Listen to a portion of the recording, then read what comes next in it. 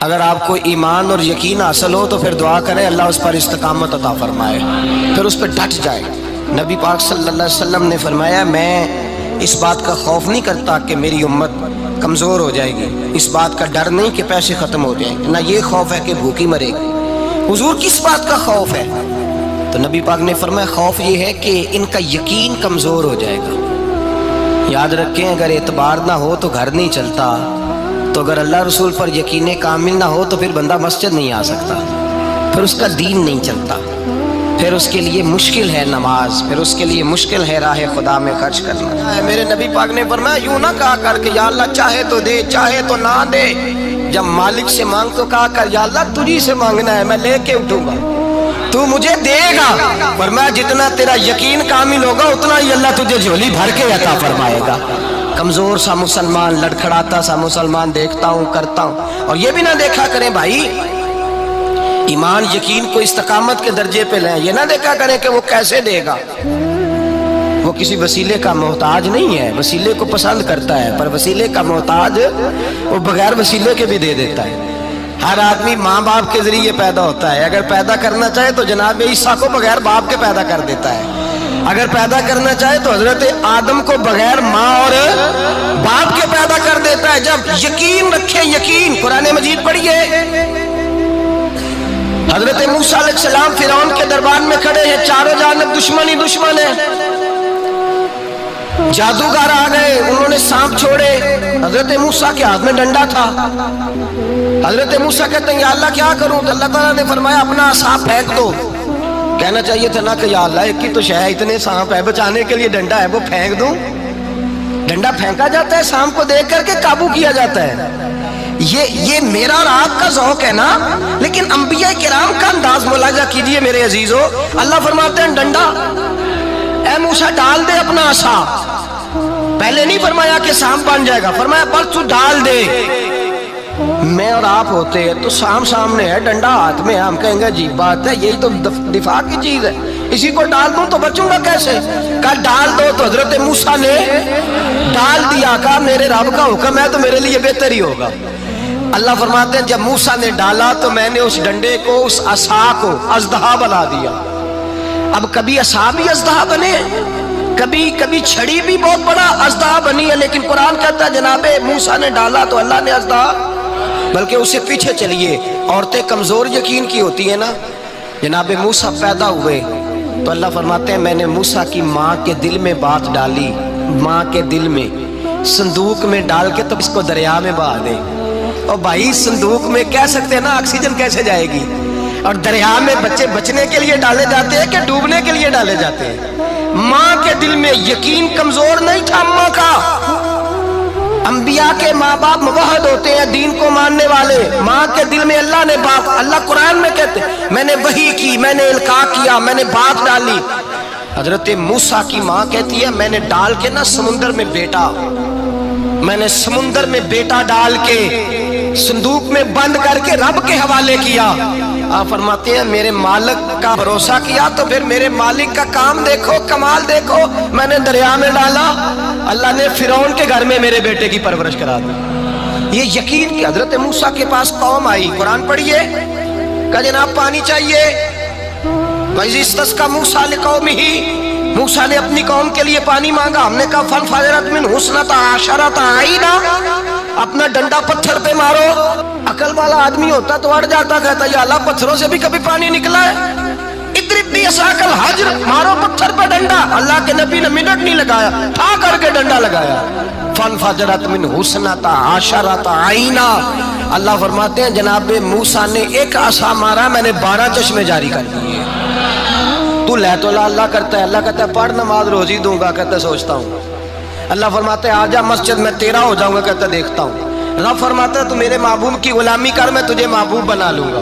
تو کہتا ہے تھوڑا بڑا ہو کے داڑھی رکھنی ہے، ابھی سیانا ہو کے، میں ذرا سرٹیفکیٹ لے لوں اسرائیل سے کہ کتنے سالوں کے بعد آئیں گے، پھر شروع کروں گا۔ پروگرام بنا رہا ہے، ابھی تو ارادے میں ہے اللہ کے پیغمبر کا ڈنڈا، اور اس سے زیادہ آگے بات ہو گئی، پیچھے فوج لگی ہوئی ہے فرعون کی، مجمع ہے، ہزاروں لاکھوں کا لشکر لے کے، تلواریں نیزے، فرعون پیچھے، آگے دریا آ گیا۔ حضرت موسیٰ علیہ السلام کھڑے ہیں، اب کدھر جائیں؟ اللہ پاک نے فرمایا مارو ڈنڈا۔ کہاں؟ پانی پہ ڈنڈا مارو۔ اب حضرت موسیٰ علیہ السلام پانی پہ ڈنڈا مارے تو پانی ابھرے گا، اس سے زیادہ کیا ہوگا؟ پہلے پتھر پہ ڈنڈا مروایا تو پانی نکلا، اب پانی پہ ڈنڈا مروایا، فَإِذْ فَرَقْنَا بِكُمُ الْبَحْرَ فَأَنْجَيْنَاكُمْ وَأَغْرَقْنَا آلَ فِرْعَوْنَ۔ اللہ فرماتے ہیں موسیٰ نے پانی پہ ڈنڈا مارا تو میں نے پانی میں رستے بنا دیے۔ ایک جگہ ڈنڈا مارا تو پانی نکل آیا، دوسری جگہ عصا مارا تو پانی خشک ہو گیا، 12 چشمے بن گئے، 12 رستے بن گئے دریا میں سے۔ حضرت موسیٰ علیہ السلام گزر گئے اور اللہ فرماتے ہیں فرعون بھی آیا تو اسے میں نے غرق کر دیا، اور وہ کھڑا دیکھتا ہی رہ گیا کہ بنا کیا ہے۔ جب یقین کامل نصیب ہوتا ہے، اعتماد کی دولت اللہ دیتا ہے، جب انسان کو یہ انشراح صدر ہو جاتا ہے کہ میری نجات خدا کے حکم میں ہے اور رسول اللہ کے قدموں میں ہے، جب اسے یہ انشراح حاصل ہوتا ہے تو پھر نماز کا لطف آتا ہے۔ غور کیجئے کیا جملہ کہہ دیا میں نے، پھر اسے نماز کا پھر اسے نماز بوجھ نہیں بلکہ نماز نہ پڑھے تو اس پر بوجھ ہوتا ہے، پھر قرآن مجید اس کی روح کا ساتھی ہو جاتا ہے، پھر عبادات، تقوی، پرہیزگاری، پھر وہ ایک سنت کے چھوٹنے پر پریشان رہتا ہے جب یقین کی دولت نصیب ہوتی ہے۔ قرآن مجید فرقان حمید نے کہا ایمان لاؤ تو پھر ایمان پہ ڈٹ جاؤ، مسلمان بنو تو پھر اسلام پر۔ پھر یہ جو کمزوری ہے نا، یہ دیکھتے ہیں، کرتے ہیں، چلتے ہیں، ابھی کل ابھی پرسوں بہانے ہی لے، ابھی میں نماز شروع کرتا ہوں، دیکھتا ہوں لا الہ الا اللہ محمد الرسول اللہ صلی اللہ علیہ، جب کسی نے کلمہ پڑھا تو اس پر پورا دین ضروری ہے، پورا۔ اب وہ یہ نہیں کہہ سکتا کہ تھوڑا تھوڑا کر کے آؤں گا۔ یقین کی دولت نعمت ہے۔ اللہ پاک قرآن مجید میں فرماتے ہیں ان الذین قالوا ربنا اللہ ثم استقاموا، جنہوں نے کہا کہ اللہ ہمارا رب ہے اور پھر وہ اس پر ڈٹ گئے، پھر اس پر وہ کہا تو ڈٹ گئے، کھڑے ہو گئے، نہیں اللہ ہی رب ہے، اللہ ہی دینے والا، اللہ ہی مالک، اللہ ہی ہمارا رازق ہے، رب ہی ہمارا سب کچھ۔ جب ڈٹ گئے تو فرمایا تتنزل علیہم الملائکہ، پھر میں ان کی مدد کے لیے آسمان سے فرشتوں کا نزول فرمایا کرتا ہوں۔ فرشتے کیا کہتے ہیں؟ اللہ تخافوا ولا تحزنوا، غم نہ کرنا، خوف نہ کھانا، وابشروا بالجنۃ التی کنتم توعدون، ہم تو تمہیں اللہ تبارک و تعالیٰ کی اس جنت کی خوشخبری دینے آئے ہیں جس کا رب نے تمہارے ساتھ وعدہ کیا ہوا ہے۔ پھر فرشتوں کا نزول ہوتا ہے، لیکن شرط کیا ہے کہ ایمان لائے، اور پھر ایمان پر پھر یہ نہ سوچے کہ وہ کس طرح دے گا، وہ کیسے عطا کرے گا، وہ میری مدد کس طرح کرے گا، نظام کیسے چلے، ڈٹ جائے، کہے میرے اللہ کا حکم ہے تو میں نے حلال ہی کھانا ہے، میرے رب کا حکم ہے تو میں نے تھوڑے پہ گزارا کرنا ہے، میرے مالک کا حکم ہے تو میں نے اپنی جیب دیکھنی یا دوسرے کی نہیں دیکھنی، میرے رب کا حکم ہے تو میں نے اس کی اطاعت میں رہنا۔ جب ڈٹ جائے گا اللہ کے احکامات پر، جب ڈٹ جائے گا تو اللہ فرماتا ہے پھر میں تیری مدد کے لیے فرشتوں کا نزول کروں گا۔ نبی پاک صلی اللہ علیہ وسلم نے فرمایا 2 دولتیں اگر کسی کو اللہ دے دے تو سمجھے اللہ نے اسے دنیا کی سب سے زیادہ دولت عطا فرما دی۔ یا رسول اللہ وہ کون کون سی چیزیں ہیں؟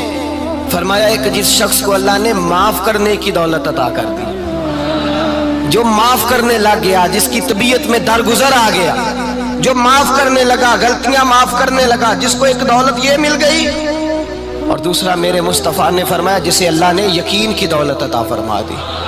جس کو یہ 2 دولتیں مل جائیں، ایک درگزر کرنا، دوسرا رب رسول پہ یقین کامل رکھنا، اسے کائنات کی ہر شے مل گئی۔